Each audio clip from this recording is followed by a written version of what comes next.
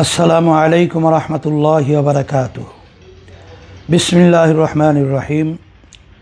নাহমাদুহু ওয়া নুসাল্লি আলা রাসূলিহিল কারীম। আম্মা বাদ। প্রিয় দেশবাসী, সবাইকে পবিত্র ঈদুল আজহার শুভেচ্ছা। ঈদ মুবারক। প্রিয় দেশবাসী, হযরত ইব্রাহিম আলাইহিস সালাতু ওয়াস সালামের স্মৃতি বিজড়িত এই ঈদুল আজহা।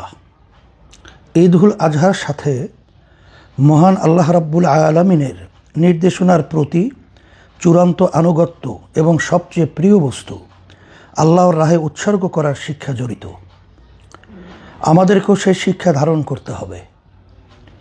আমরা যদি আমাদের নিজস্ব ইচ্ছা, পছন্দ, রুচি ও মানসিকতা বাদ দিয়ে মহান আল্লাহ রাব্বুল আলামিন নির্দেশিত ইচ্ছা, পছন্দ ও মানসিকতা গ্রহণ করতে পারি, তাহলেই আমাদের জীবনে ঈদুল আজহা সার্থক হবে।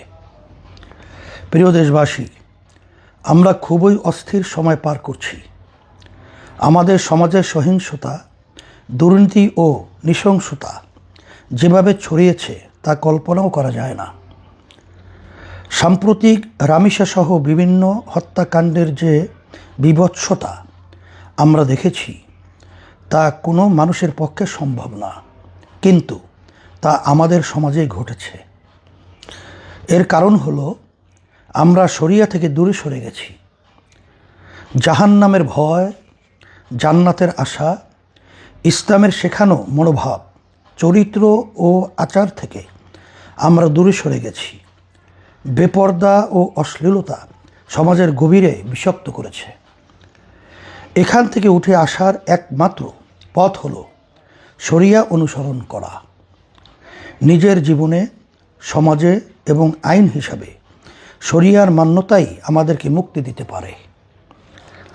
ঈদুল আজহার এই পবিত্র দিনে নিজেদের চিন্তা ও দর্শন ত্যাগ করে আল্লাহ রাব্বুল আলামিনের নির্দেশনাকে মান্য করার মানসিকতা নিজেদের মধ্যে তৈরি করতে পারলেই ঈদুল আজহার মর্ম সিল হবে।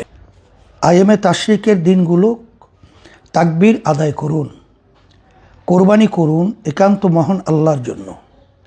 কোরবানির দিনে শরিয়া বিরুদ্ধ কোনো কাজ যাতে আপনার থেকে না হয় সেই বিষয়ে লক্ষ্য রাখুন। কোরবানির গোশত গরিবদের মধ্যে বিতরণ করুন। বিশেষ করে আপনার যে আত্মীয় ও প্রতিবেশী কোরবানি করে নাই তাদের বাসায় গোশত প্রেরণ করুন, যাতে সকলে মিলে আনন্দে ঈদ উদযাপন করতে পারি। প্রিয় দেশবাসী, আপনাদেরকে আবারও ঈদ মুবারক। আল্লাহ সকলের কোরবানি কবুল করুন। আমিন।